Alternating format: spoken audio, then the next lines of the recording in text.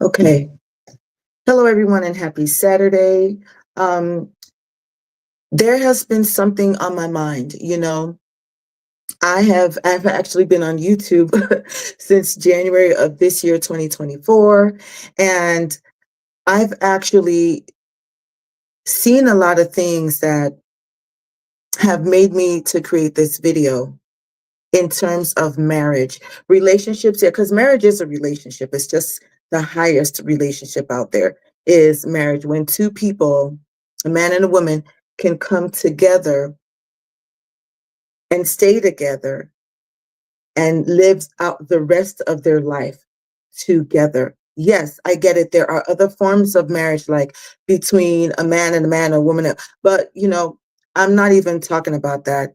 I am a heterosexual, and that's what I believe in. Okay, so everyone has their own beliefs, and that's just fine by me. But the thing is that I decided to create this live because I believe, first of all, I believe in marriage. Okay, I've been married for 17 years. I've known my husband for 19 years, and it has made me to see that a lot of women need help out here in these streets. Okay, a lot of women do, whether they want to believe that they need help or not, they do. A lot of women do not believe in marriage. I've That's what I have come to find out just in these social media streets. Women don't believe in marriage, therefore either they don't do marriage well, or they don't want to get married at all. And then when they get older, a lot older up in age, they realize, oh, maybe at some point in my life I should have paired up with a man. So let's get into the things that I have for you today. Okay.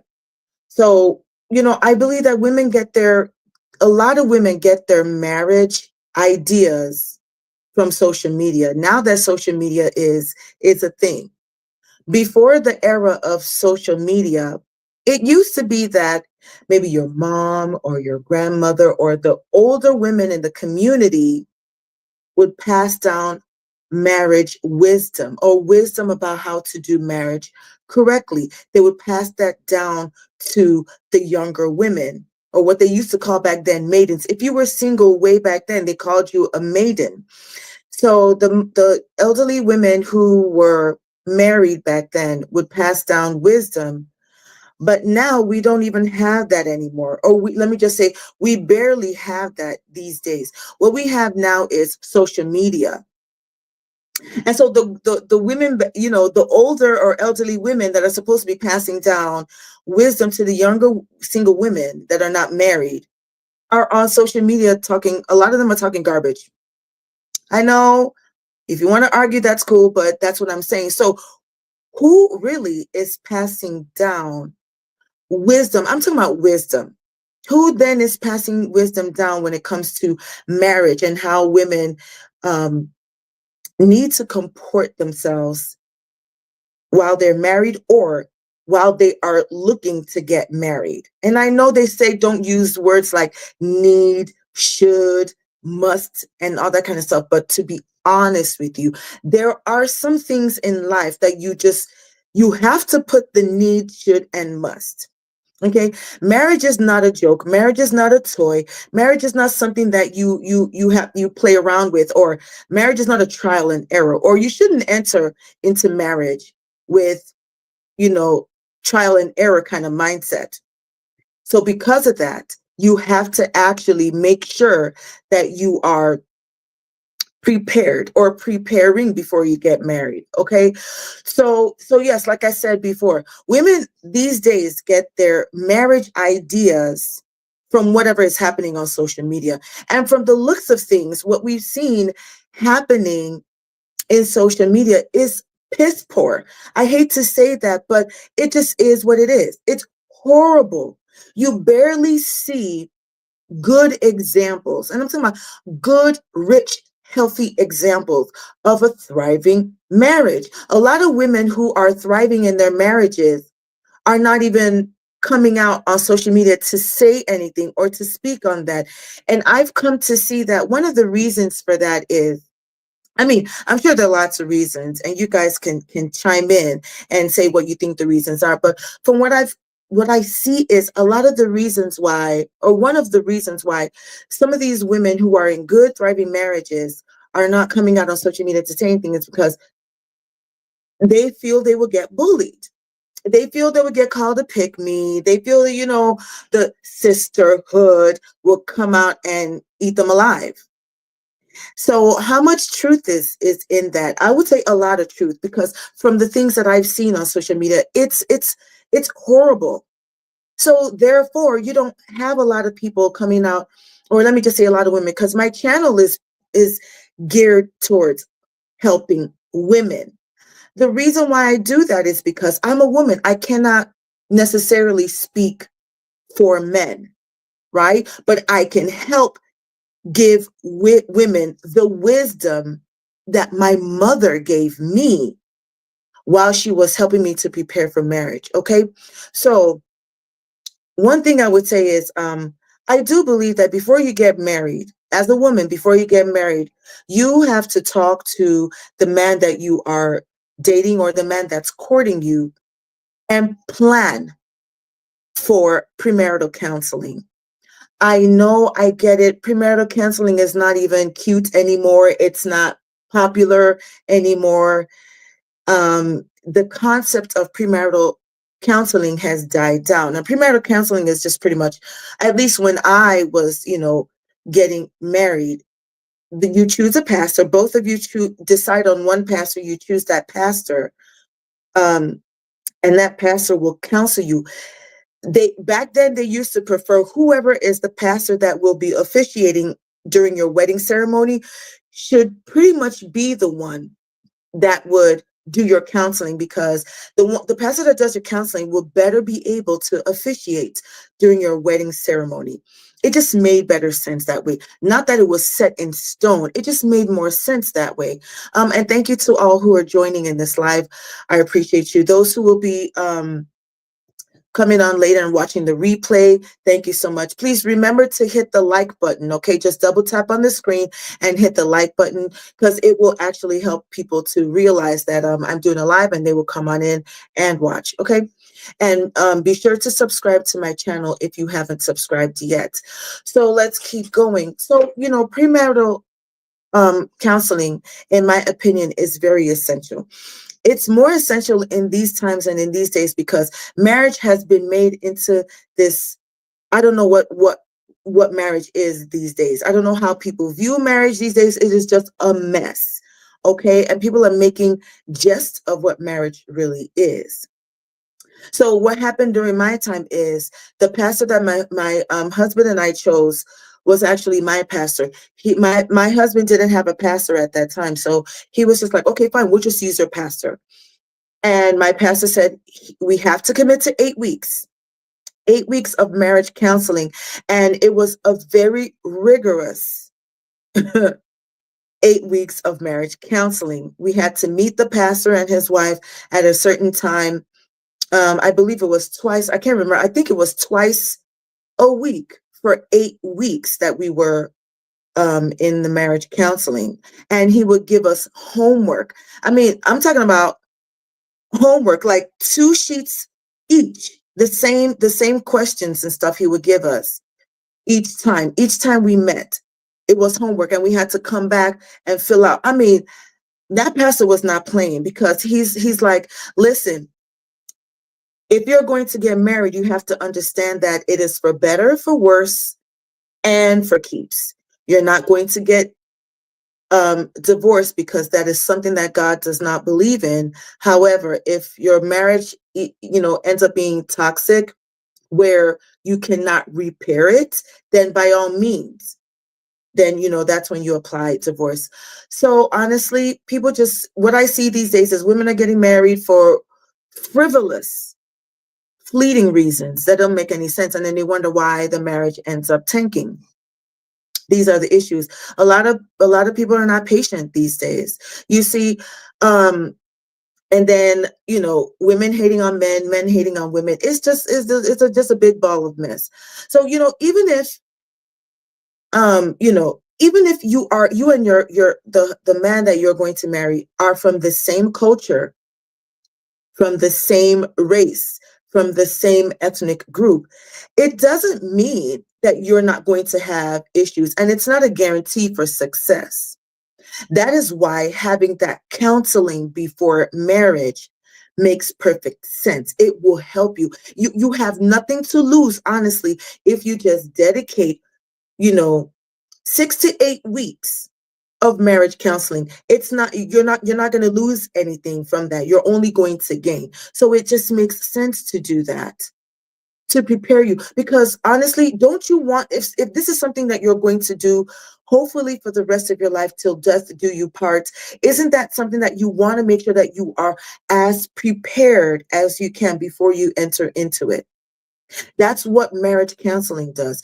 It helps you to prepare. It gives you somebody else's unbiased perspective on your goals for marriage. It helps, the marriage counseling is supposed to help you and the man that you're getting married to, or you and the woman that are getting married to. It helps you guys to step down from all the love and the infatuation and come down to real everyday marriage issues that could possibly come up, or everyday things that you do need to be discussing. That's what premarital counseling does. It helps you to, oh, I'm so in love with him, or, oh, I'm so in love with her. It helps you to step down from that, he's cute, he's handsome, yada, yada, yada, and come down to, oops, what do we really need to be discussing before we get married? Now, I'm going to go into those things, okay? First thing is, you have to discuss finances. Ladies, you have to be open. When men say this thing like, oh, what do you bring to the table? It doesn't necessarily mean your finances. It means, how are you going to help this relationship thrive? What are you going to be doing in this marriage that will move it forward? And then the man says what he's also going to do in the marriage to move it forward. You have to discuss those things. Yes, these type of discussions are so deep, and they're probably like painful and stuff to discuss them, but it's a discussion that you cannot skip. There's no way, honestly. And you might agree with me on this. There is no amount of preparation will help you to know your spouse 100%. You will never ever know your spouse 100%. But discussing these will help you know your spouse enough to make that informed decision. Is this really, initially I thought he was the one, or initially I thought she was the one. But when you start having these discussions, it will really open up. Is this person really the one for me that I'm going to spend the rest of my life with? I think that's one of the reasons why a lot of people don't want to have this discussion, because deep down within them, they're kind of scared that it will reveal a lot of hidden things that will make them begin to question, oh, should I really be, getting into this marriage commitment with this person? So you're going to discuss finances. The man has to lay his finances down on the table and all the debt that he has. And the woman also has to do the very same thing.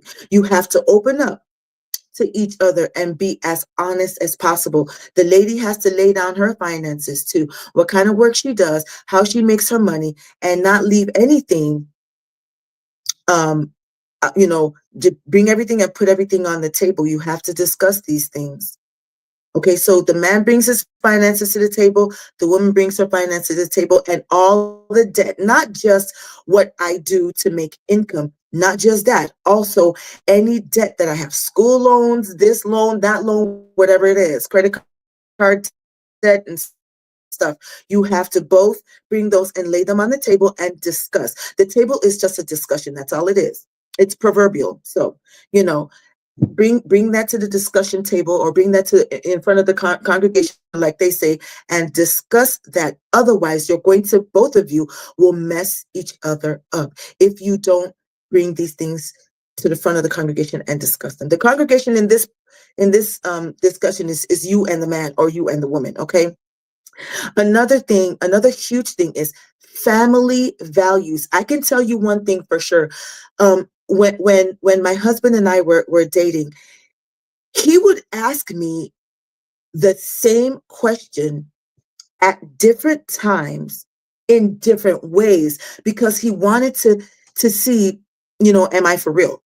So the one question he kept asking me multiple times in different ways was, what do you think about family?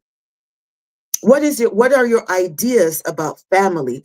Because to him, family was huge and family was important, and not just the nuclear family. His thing was extended family as well. He wanted to know from me, like he was sure that he believed in the nuclear family and he also believed in extended family, but he wanted to know where my mind was in terms of family values.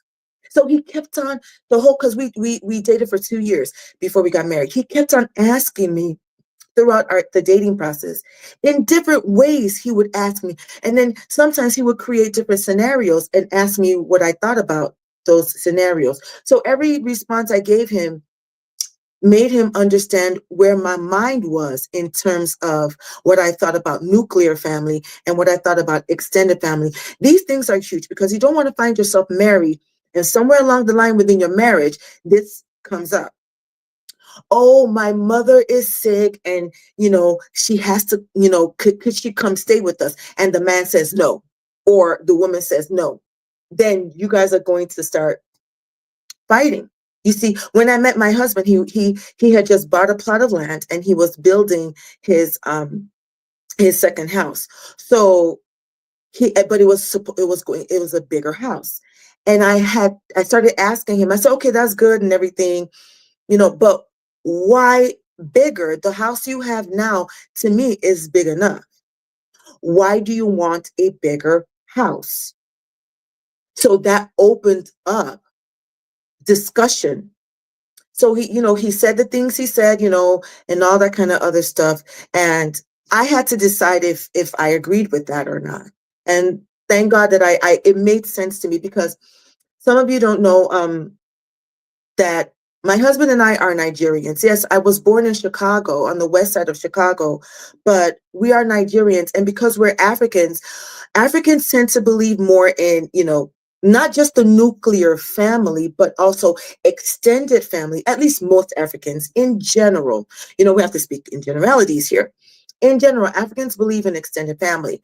So by me being born in Chicago, he was like, let me see because he wasn't born in America, he was born in Nigeria. So, but he wanted to see where my mind was, like how African is this woman? Does she believe in extended family, or she only believes in that nuclear mom, dad, and children? So that opened up discussion. We had to discuss that because I know that if I didn't believe in extended family, then we probably wouldn't have gotten married, because he would have said, yeah, you and I are not on the same page when it comes to family values. I'm just giving you examples, the umbrella term of family values. I'm just giving you examples of things that you do want to be discussing with the person you are dating and considering for marriage. Another thing under the umbrella term of family values is how many children you have. Oh my God, I can't emphasize this enough. You have to discuss. Do you want children? Yes or no? First of all, okay. Now, if both of you say, yes, yes, yes, yes, I want children, this and that and this, what is the timeline that both of you want to have children? Is it right away, as soon as you get married, you're like, let's work on this? Or do both of you want to wait? And if both of you say, well, I want to wait, he says he wants to wait, the woman says she wants to wait, how long are you going to wait for the marriage? I mean, in marriage, before you have children, you have to decide that. Now, these discussions are just what you discuss before you get married. When you get married, some things are going to change. Yes. But the thing is that because you discussed these things before you got married, when you get married and these things start changing, you can always go back and say, hey, remember, we discussed this before we got married. That's why the premarital discussion, premarital counseling is essential. It is critical. It is necessary because when you get married, take it from me. I've been married for 17 years. Take it from me. When you get married, expect changes and expect issues to come up.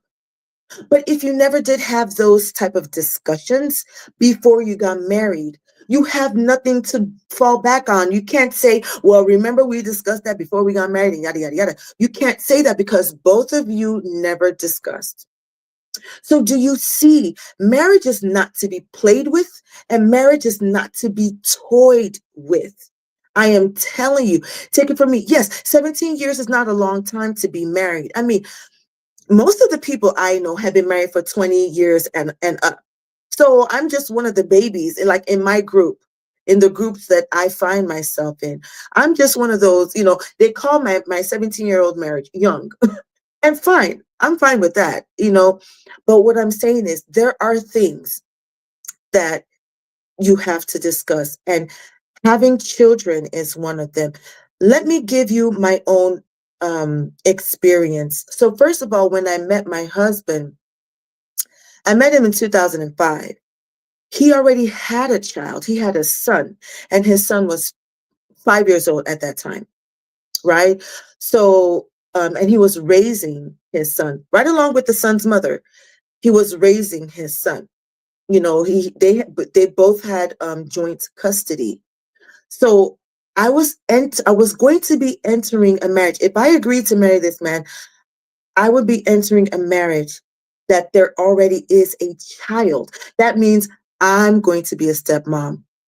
The heck if I know what to do as a stepmother. I didn't know what to do. So the thing is this.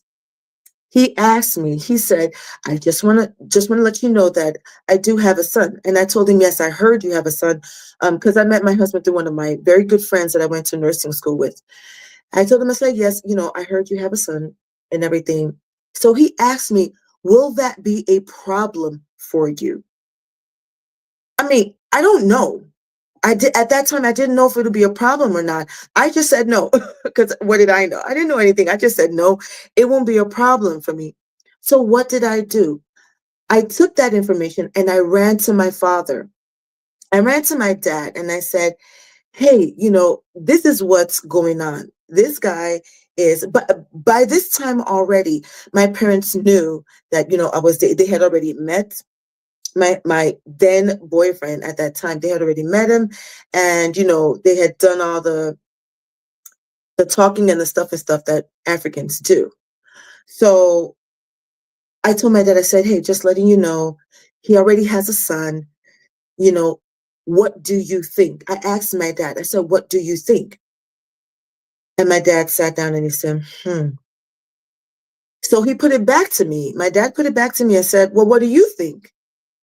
I said, well, if you tell me what to do, then I'll do it. My father said, are you ready to be a stepmother? I said, I don't know.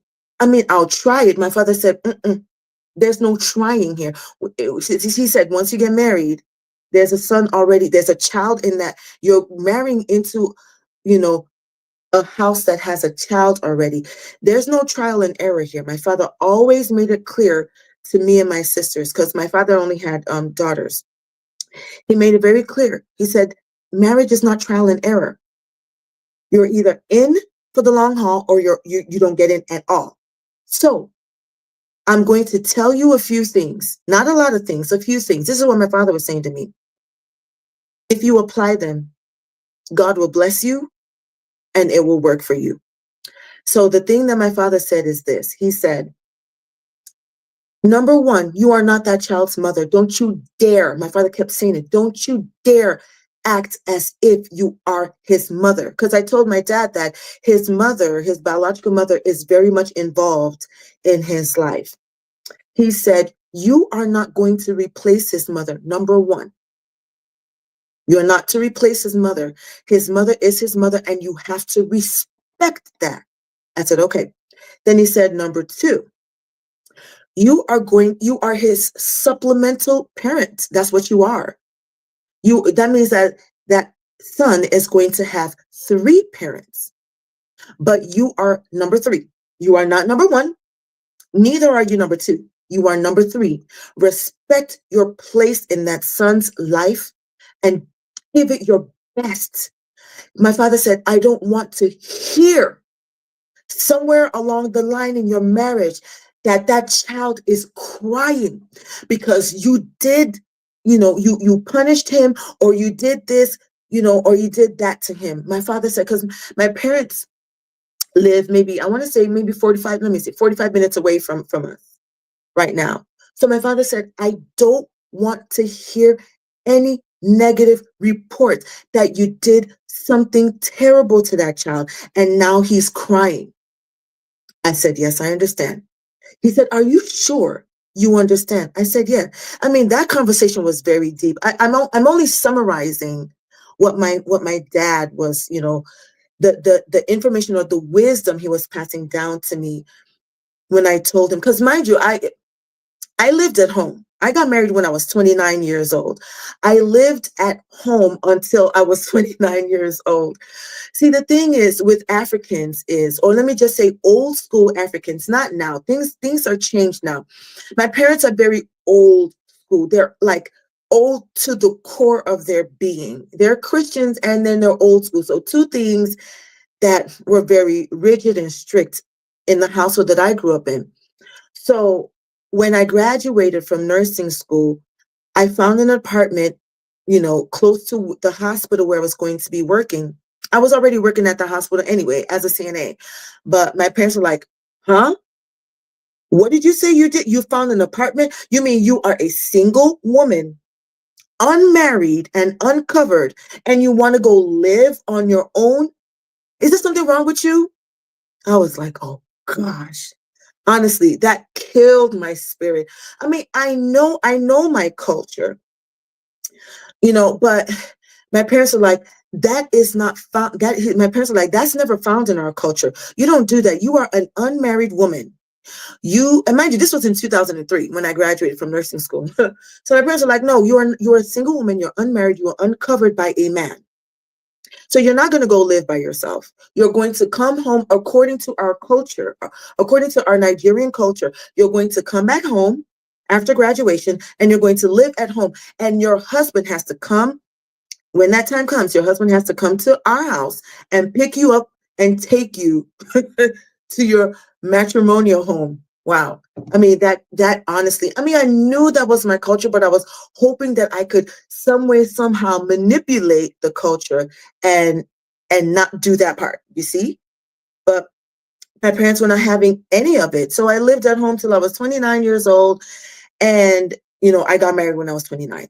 So I'm just giving you a little context so you would understand where I'm coming from. For those of you that are subscribed to my channel and you watch my videos, now you're starting to understand where I'm coming from. Um, so, so yeah, my father said, you're going to be his third parent, and you are not going to replace his mother. Neither should you try to replace his mother. You have to respect the fact that he has an active mother, and you are going to be the best supplemental parent to him that you could be. I only want to hear good things. That's what my father said. I only want to hear good things. And my father said, bring him around to us too, as much as you can. So that is exactly what I did. Now, let me tell you what my mother told me. My mother said, sit down, let me tell you something. Anytime your husband and the mother of his son are having a discussion, be it a pleasant discussion about their son or a battle discussion about their son, shut up your mouth and look the other way. I was like, oh, you mean you don't want me to add my 2 cents in their discussion? My mom was like, absolutely not. That child is their biological child. You have to believe that both of them that created that child are able and capable and wise enough to make decisions on that child's behalf. Shut up your mouth. Don't add your 2 cents while both of them are discussing. When both of them are done discussing, then once the discussion is over, you can talk to your husband and you can add your 2 cents. So guess what I did? Exactly that. And it's been 17 years so far. So yes, I do have a young adult in my house. And let me tell you something. My husband said he does not believe in stepchild or stepmother or this and that. He doesn't believe in those terms. It's mother and son. So he asked me if I believed in those terms. I said, I believe in mother and son. I don't believe in stepson, stepmother, those kind of terms. I don't believe in that. So my husband said, good, and in my house, we don't say, and because I have two biological boys, so we have 3 children. That's why it's necessary to discuss before you get married, discuss how many children are we going to have. My husband said, when we were dating, he said he wants 3 children. I said, oh my God, guess what? I've always wanted 3 children too. But guess what? He said, I already have a child. So that means I want 2 more. And that'll make 3. I was like, oh God. But I want 3. I want 3 of my own, three that came from me. I want 3 biological children of my own. We agreed on the number of children that we wanted in our household. We agreed on that. It was 3. That was easy because he wanted 3. And right off the bat, I always wanted 3 since I was a little girl. The friction came where he was like, I already have 1. So I'm not looking for 3 from you. I'm looking for 2 more from you. And I'm like, oh man, I want 3 biologicals. So what are we going to do? So that became a topic of discussion during our marriage counseling. And we went back and forth. It wasn't a friction back and forth, but we just kept going. Oh my God. I was like, man, in my mind, I'm like, but he wasn't backing down. He's like, he's like, listen, you are coming into me. I'm not coming into you. You're coming into me, into my life. And I'm letting you know in a very nice way what I want. I'm not forcing you to want what I want. I'm just letting you know what I want. It's up to you to want it or not want it. And then we can X this thing out right now.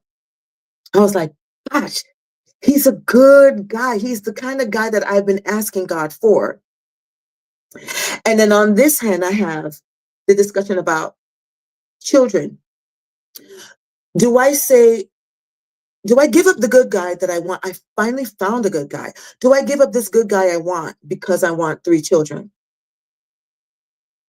I'm just giving you guys examples of discussions. These are critical. It may not seem like it's a critical discussion, but it is. It let me tell you something. It becomes critical when you get married. That's when you will know how deep these discussions run. They run so deep and they can tear a marriage apart. And you'll wake up one day in the divorce court. Take it from me. I know what I'm saying. These discussions, it doesn't seem like, oh, that's a no-brainer. Oh, that's not a biggie. It's not a big deal. All these discussions that I'm talking about, they become a big deal times 10 to the 10th degree once you get married. See, the thing about marriage is marriage escalates the things going on while you are dating. That's why you're supposed to use the dating process to iron out all the things or to discuss all the things. Because I promise you, when you get married, all these things that I'm talking about, they will get magnified.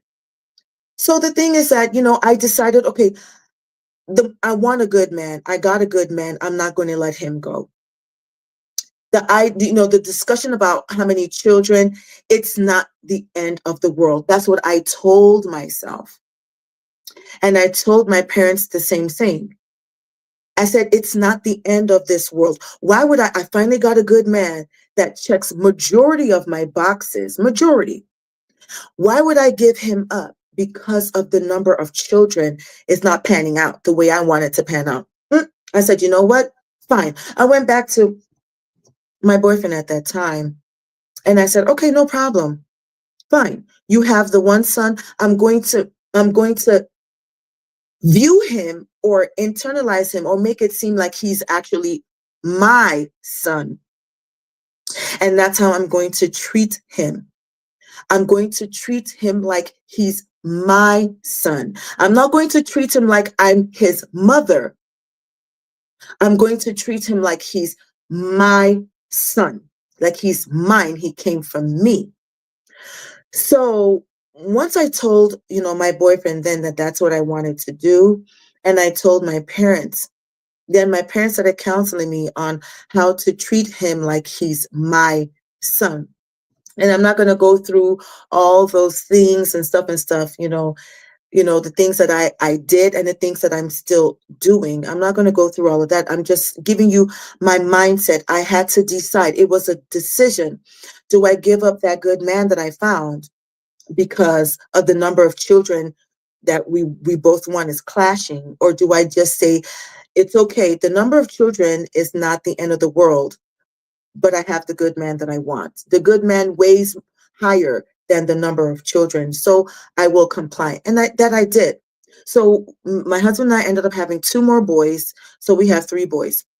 Okay, and our youngest is 13. So just to give you an idea of the age range and stuff like that. So yes, these are the type of conversations you're going to have. Okay, another conversation is, how are you going to raise the kids?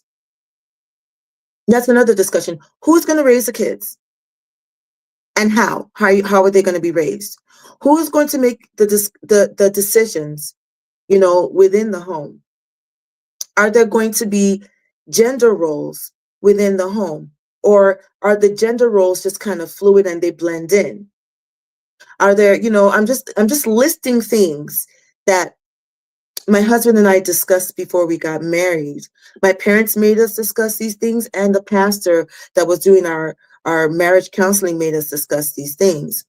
And these were just so, oh God, I was like, oh God, why we got to talk about these? They were so uncomfortable.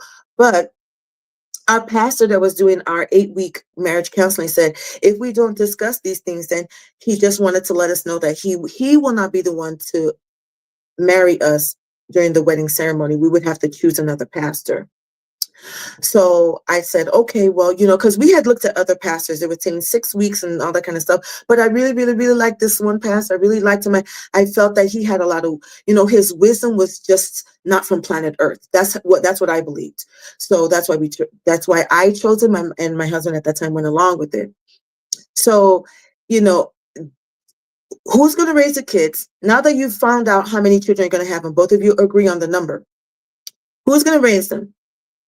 How they're going to be raised? Are both of you going to raise them? And both of you are not going to raise them equally. Just understand that part. You're not going to raise your kids equally. The man and the woman are going to raise them in different ways, and then you're not going to raise them equally. Like, what I'm saying is the amount of time spent with the children is going to change, because if you marry a man that is the breadwinner, or the main, or his income counts for the bulk of the finances, then he's going to be working more, most likely working more hours. So the woman will now be the one to spend more time with the kids. And even if the woman is working equally as the amount of the husband, you have to understand that when women give birth, when women become mothers, it's just, it's something that's mostly automatic, that she becomes the nurturer. It's something that God put within us. Once a woman becomes a mother, you just automatically become that nurturer. Are there some women that turn off that switch that says, I am a nurturer? Yes, there's some women that turn off that switch. Or shall I say, there's some women that never flip that nurturing switch on.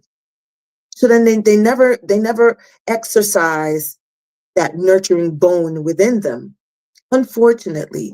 So I decided I was going to become the best stepmom that I could become. I used my parents as my my research people, I don't know how to say it that, but I didn't do research online how to be a stepmother. I used my parents. I would always, if I don't drive to my parents' house, I would at least call them on the phone and discuss. And what happened was, so my mom was more interested in how I related to my stepson's mother, because she is number one in his life. She still is number one in his life. So my mom was very concerned about how I was going to relate to her. So my mom gave me tips and tricks on how to relate to her. And his mother is not African. She's African American. So we didn't become, I don't know if I should call it best friends. No, we didn't become best friends, but we became very cordial because my husband put his foot down. See, let me just address the ladies. Ladies, if you ever find yourself in a situation where, the man that you're going to marry has a child already, and the mother of that child is active in that child's life. Let me give you a tip. Make sure that the man that you're going to marry puts his foot down and sets those boundaries. Ladies, you're not going to set the boundaries. No, don't do that. Don't emasculate that man that way. If he's not setting boundaries, talk to him. Tell him he's going to have to set boundaries here. Okay. And let those boundaries be one that will benefit the child, number one. And those boundaries have got to benefit everybody else involved, the three parties involved. Okay. So that's something that happened in my household. My husband put his foot down and set boundaries and said, you don't talk to so and so in a negative way. You don't talk to so and so in a negative way. No, both of you are going. So he said, me and my stepson's mother we just had to, there was no other way we could do it.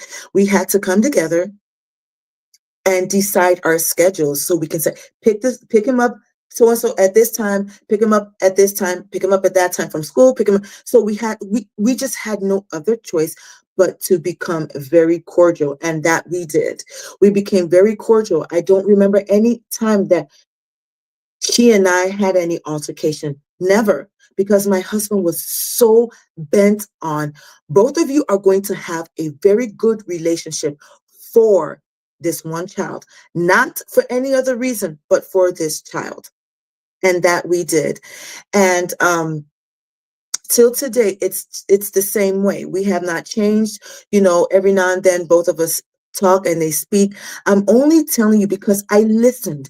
I listened to the wise counsel from my parents, and I listened to the wise counsel from the pastor that did our marriage counseling. I listened, and not only did I listen, I did the best I could to put it into practice. Not that I'm this angelic, holier than thou person. No, it's because of what I wanted. I wanted my household to be healthy, whole, and strong. And because I wanted that, I went all out. I decided I'm going to make sure that I pulled wisdom from everywhere I could pull from in order to make sure that my household was run smoothly. Women, I promise you, you have to make that decision first. Decide what you want. If you don't want a household that runs smoothly, if you're into chaos and toxicity, then by all means do that. But that's not what I wanted from my household. You see, so these are discussions that you have to have. You have to have those mentors that are older than you, and those mentors that have been down the road for the most part where you are going. You want to pull wisdom from them. Not every older person has wisdom, but some do. And you know those that do. Make them your mentors, because marriage is for better, for worse, and for keeps. And it's for long term, to death do us part, unless something major comes up that, throws a tank in your marriage and you guys have to go your separate ways. But who gets married to get divorced? Unless you have ulterior motives. But nobody, majority of people that get married, they don't get married saying, yep, I'm going to get divorced. They don't do that. So, you get married and you're hoping and praying that it's for long term.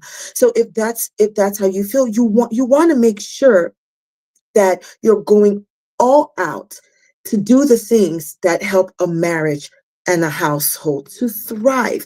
That's all I'm saying. And the number one thing is sit down and discuss before you tie the knot.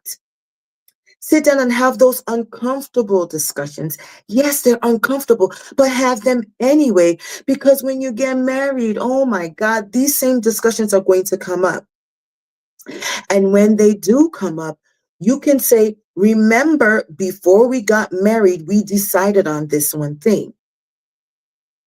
And that already is a conversation crusher. It ends conversations because the truth of the matter is, yeah, you know what, you're right. We did have these conversations and we did decide on XYZ before we got married. So I cannot come now and change up the situation, right? See what I'm saying? Another thing is that, what if one spouse quits their job? I don't know, I'm playing with this thing. What if one spouse quits their job? You have to discuss these things before marriage. So if I'm the woman and I quit my job, because hey, something happened or I lose my job or whatever the case may be. I have kids now. So I gave birth and I took the normal 6 weeks off, but I want to take more. I want to do like now an FMLA and I want to take 3 months off instead of just the 6 weeks that they give you, 6 weeks paid. Did you guys discuss that though before you got married? What if the man doesn't want you to take anything more than 6 weeks off? What if he wants you to go back right after 6 weeks of giving birth? He wants you to go right back into the workforce. Is that something you guys are going to start fighting over? No, you fight over that before you get married. You discuss that. What am I going to do when I start, having my own biological children? What do I do as a woman? Am I going to stay home the entire time? Am I going to homeschool? Or what? You guys have to discuss that before you get married. You cannot, I get it, you cannot discuss everything under the sun pertaining to marriage. I understand that. But you want to discuss as much as you can before you go in so that you can be prepared as you can. You see, if you're in school and you're studying for an exam, you want to study to the best of your ability so that will ensure that you're going to pass your exam, right? If you want to get an A, then you have the study habits of someone who wants to get an A. And then you go in hoping and praying you do get an A based off of what you studied.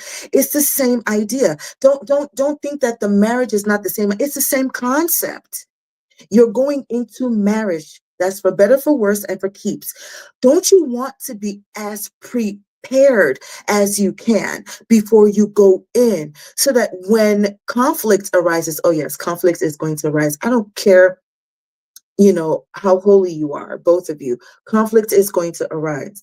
The problem is, if you discuss before you get married, you would have discussed, how do we resolve conflict? Are we going to be shouting, hollering, yelling, screaming, cursing at each other, calling each other out of our names? Is that something that we're going to be doing? You have to discuss that. You have, both of you, what do you think the dating process is? That, in my time, they call it courting. What do you think courtship is? Courtship is you're getting to know him as a woman and he's getting to know you as the man. Both of you are going to get to know, even if you're not living together, because I did not live with my husband. That was against my culture, my Nigerian culture. And first of all, my Nigerian culture is watered down now, but it was against my parents. My parents are like, what? Huh? You want to go live with it? Huh? What? No, you're not going to do that. No, you were not going to do that. Nobody, because we're Christian. My parents are like, that is against God's will for you as an unmarried woman to go and live with a man you're not married to. My father said, not while I'm alive, that any of my daughters would do that. So I had to sit my butt at home until I got married. But that's that. What I'm trying to say is you have to discuss these things, okay?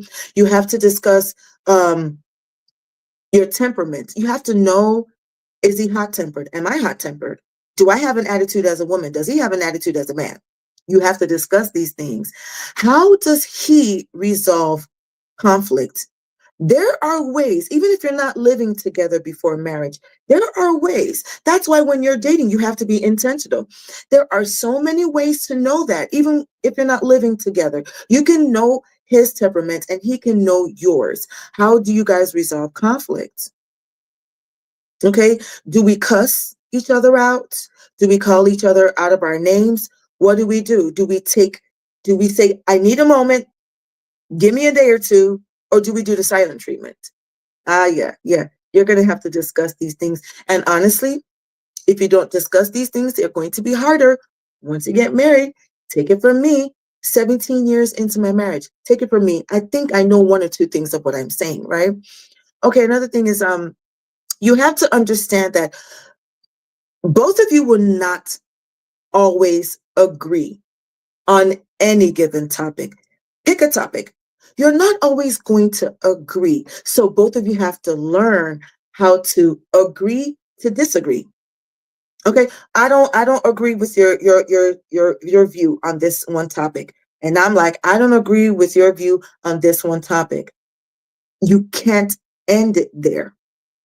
How do you resolve that? If both of you just cannot agree on one specific topic that you're discussing, let me give you an example, one of many examples, okay? Because I don't know the answers to everything. One of the many things that you can do is this. Okay, since both of us cannot come to a conclusion, this is what we're going to do.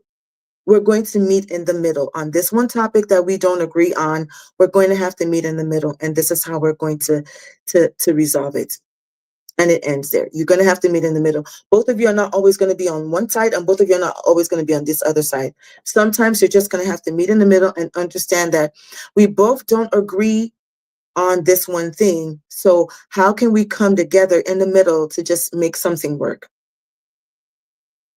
Because if you don't come in the middle to make this one thing we disagree on work, then your marriage is going to slowly die down. And it's the worst misery on planet Earth, I think, is when two people are married and they're not working out. I don't know anything that's more miserable than that. I could say gaining weight because, I've gained weight. And of course, I'm on my weight loss journey. I could say gaining weight is miserable. Yeah, but there is no misery I've known from being single and from being married. There is no greater misery than two people who are married and they're not working out. Maybe if you know anything that's more miserable than that, you can put that down in the comment section. But that's just from my experience. Okay, so conflict resolution is absolutely necessary, knowing that both of you will sometimes not agree. You're not always going to agree on any given topic. So you have to agree to disagree in a more amicable manner where both of you decide, okay, since we both don't agree, we'll come in the middle and decide how we can work this thing out. That's all. And let that go. You also have to understand that life is going to change.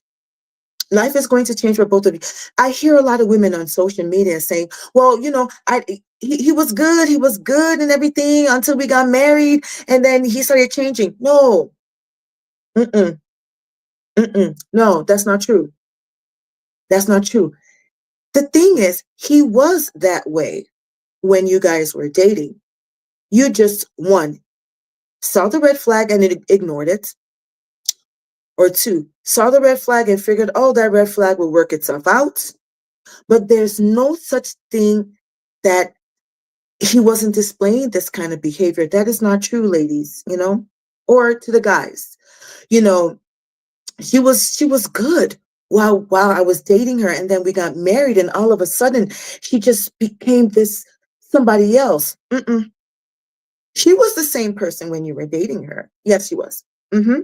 You just saw those things. You saw the subtle red flags and you saw the more obvious red flags and decided to ignore them. Or you decided, yeah, they'll pan itself out. There's no red flag that pans itself out. That's why you discuss before you get married. There is no red flag. You name the red flag. Put it down in the comment section. Name the red flag that pans itself out. No, it doesn't. You literally have to discuss it. And yeah, I get it. There are some red flags that you don't have to just beat it down to the ground. No, I understand that. There's some red flags that You can softly talk about them and then they'll just wither away and they'll go away. But you cannot ignore them. That's what I guess that's what I'm trying to say. You cannot um, ignore them. Sorry. You can't ignore those red flags. You have to know the kind of red flags that you're going to discuss hard or discuss softly. And those exist. It's not every red flag you got to use a hammer and knock it down to the ground and spread it out and because those type of red flags that you can just softly discuss them and then they end. If you start beating them down to the ground, they become a real problem. Then you're going to be screwed. You see what I'm saying? So before I end this live, there's another thing I want to say. Both of you are going to go through, when you're married, both of you are going to go through changes, both. It's not that he changed or she changed. Both of you are going to change because you're growing. When you get married, it doesn't end there. I think maybe that's what some people believe. Once I get married, that's it. It just ends there. No.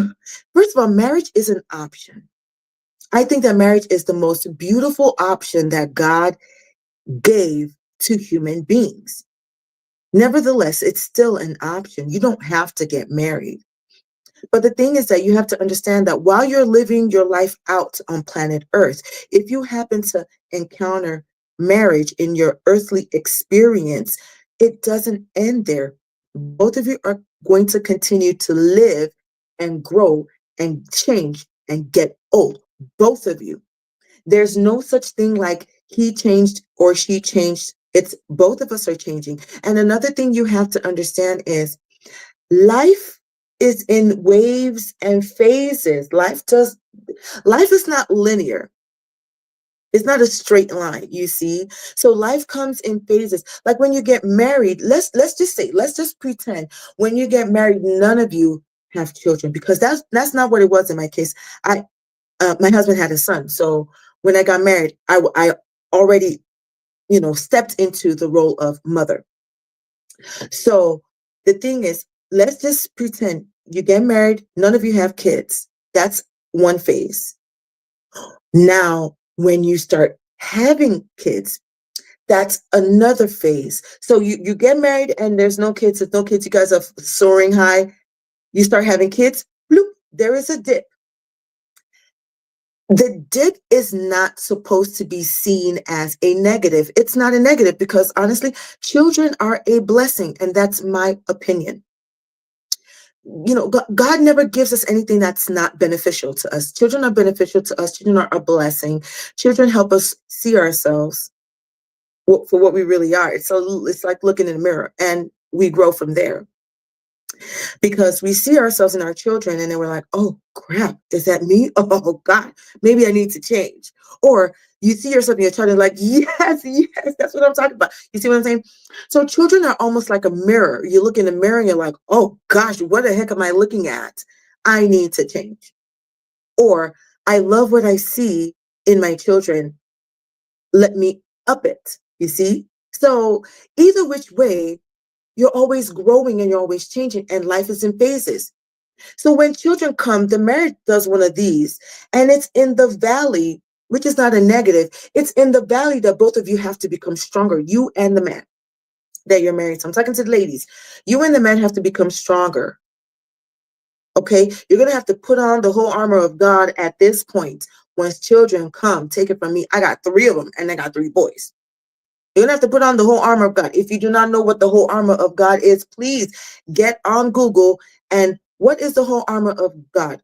Google will send you to the Bible passage that talks about the whole armor of God.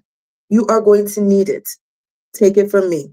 I am married and I have kids. You are going to need the entire armor of God once you start having kids, because life is going to change drastically. For good or for bad, you're going to decide that. Is life going to change for good for you and your husband and the kids, or is life going to change for the worse? It's up to you. Trust me, it really is. You decide. You're the one that creates your life. The life you live on planet Earth, you're the one creating it. So you're going to have to decide, is this going to make or break my family? Is this going to make or break me? Is this going to make or break my husband? Is my marriage going to tank now that we have kids? If you don't want your marriage to tank, you are going to put on the whole armor of God and wear it like it's a backpack. Okay? And you're going to go through it. And you're just going to have to know that. And you're going to have to always remind yourself, my marriage is a blessing. My marriage is a blessing. You're going to have to always remind, and with tears running down your eyes. I know what I'm saying. That was me. I'm not saying that, you're not, you're going to struggle like I did. I'm not saying that, but I'm saying that even with tears in your eyes, even with anxiety in your heart, even with uncertainty, still put on the whole armor of God and keep going. Don't go like this. Done, marriage done. I'll see you in the divorce court, sir. No. Especially if you're a woman and you have a good man. Oh my God. Ladies, it's a lot of ladies. Trust me. I truly believe that not a lot of women are in toxic marriages like they say. Oh, he was toxic. Oh, he was. No, stop it. Those are lies. Those are just for, I think, clickbait. If you ask me, those are just for views and subscribers, why women say those things. Majority of women who are in marriages, they're not in toxic marriages. They're just in a regular, normal marriage that don't know how to navigate the ups and downs, that don't understand that marriage comes in phases.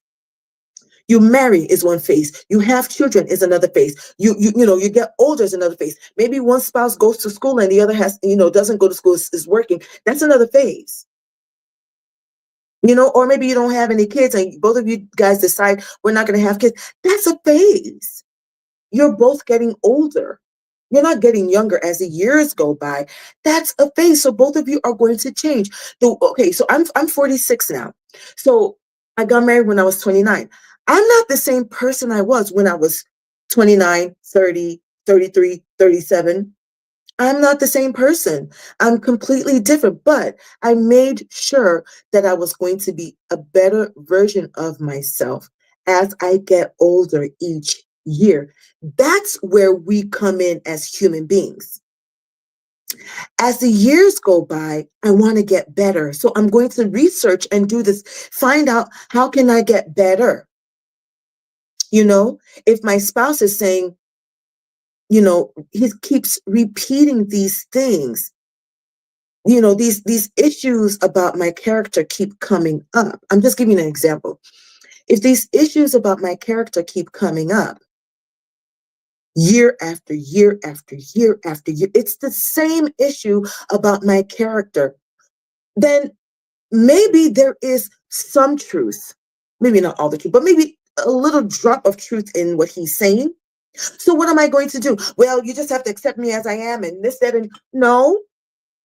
That means you're not ready to continue in your marriage. Right? So what am I going to do? I'm going to sit down and be like, oh crap, what am I going to do?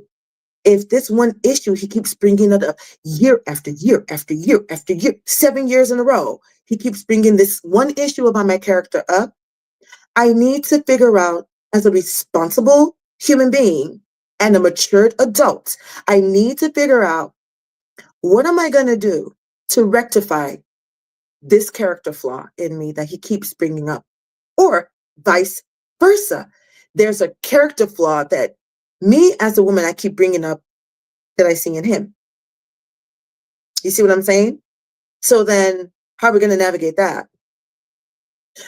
That's something that we as individuals are in control over. I came to understand that I am not in control of how my husband views me. I'm only in control of my behavior. That's the only thing I can control. Therefore, if there's a character flaw that he keeps bringing up and stuff, I need to go, before I start saying that is not true, I need to just humble myself first and foremost and say,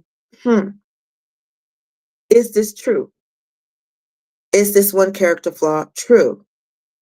And if there is, 50% truth in that, then it behooves me to do something about that. How do I make it better where I, you know, I how do you say that? I figure out how to work it so that it doesn't become a big issue in my marriage, because a lot of people believe that, we're married, but I'm independent. No, you're not. No married person is independent. I think the moment you start saying I'm married and I'm independent, that's when issues start happening in your marriage.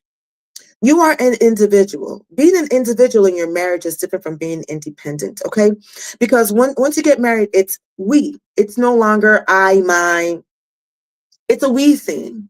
We, So that's why it's important that you understand who you're marrying, so that it can work. But the we thing can make sense. You see, if you and your spouse are not on the same page when you get married, then the we begins to sound very cringy, and things just, you guys just keep clashing a lot.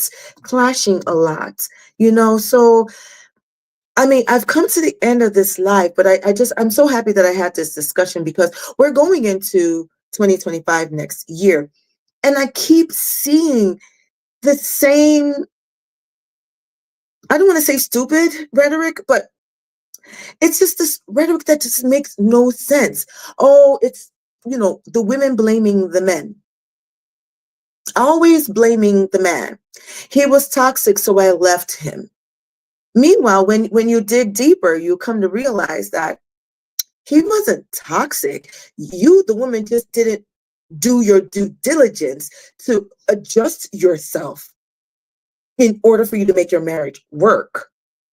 Or this thing about, I was unhappy. I left something that wasn't serving me no more. Well, Heather, you're about to take your not serving me no more self into another relationship. See, you take yourself wherever you go. So if you start blaming the other person, that the other person wasn't doing XYZ, and you became bored, and it wasn't serving you, this, that, and the third, you're going to take that same self into the streets. If you decide to get divorced, you're going to take your same self out into the streets, and you are going to get worse. Majority of the time, you're going to get worse situations out there. Something that my mother told me a while ago. She's like, people are not patient anymore in marriage. They're no longer patient. People are they have this in and out attitude. In and out meaning married today, divorced tomorrow. So my father said, once you marry, that's it. You're not getting divorced. Don't come to me with this divorce, because in my Nigerian culture, they say this thing, when Nigerians get married, we're having nothing less than 350 people at our wedding. It's like a massive wedding. So, and then, but before you get married, you have to call the elders. It's not you. The man that wants to marry the woman in my culture, he will have to call the elders of his clan or his people. And then they have to come to the woman's house, my father's house. And what they call it, knock on the door. It's a proverbial knock on the door, and introduce, even though the parents already know the man, but you have to do that formal introduction. That this, we've come to say that our brother wants to marry your daughter, kind of thing. So that's how the whole marriage for Africans is a process. It's not the American way where both of you can elope, or your parents don't know you're married until years later. You say, hey, hi, this is my husband. No, Africans are very intense when it comes to marriage. That's why when Africans get divorced, they'll say things like, you got to go and call all those people. It's crazy. You have to call all those people that were witnesses to your wedding and the whole marriage process. You have to call all those elders, call everybody. And in front of them, you have to say you want to get divorced. So I think they say that thing just to put fear in us. That's just me. That's what I think. But the truth of the matter is that does happen in a lot of different ways.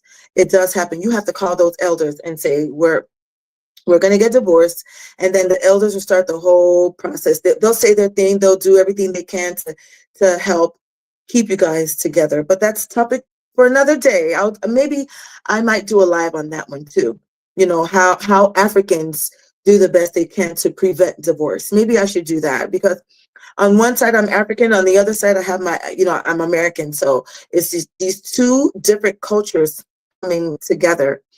That's what I have within me.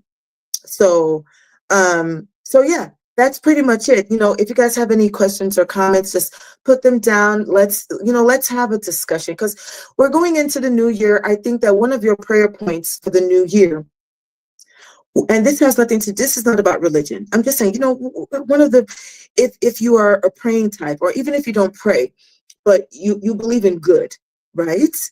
If you believe in good things, and you know deep down within your heart and mind and soul that you want good things to happen for you, then start now. You know, we have from now to next week, Wednesday, right? Start now to write those good things down. Or those of you that believe in prayer, those of you that are prayer warriors, because not everyone's a prayer warrior, but if you believe you're a prayer warrior, it's now. You start now. If you haven't started before, then start now. Praying. If you are married, pray over your marriage, pray over yourself, and pray over your spouse. And if you know that marriage is something that you do want anytime from 2025 and up, pray about that too. You've got to pray. You cannot skip prayer, because prayer aligns you with your desire. Let me say that again for people who didn't hear me in the back. Prayer aligns you with your desire. And from that standpoint, your desire turns into aligned action. You are going to be given the right actions to take.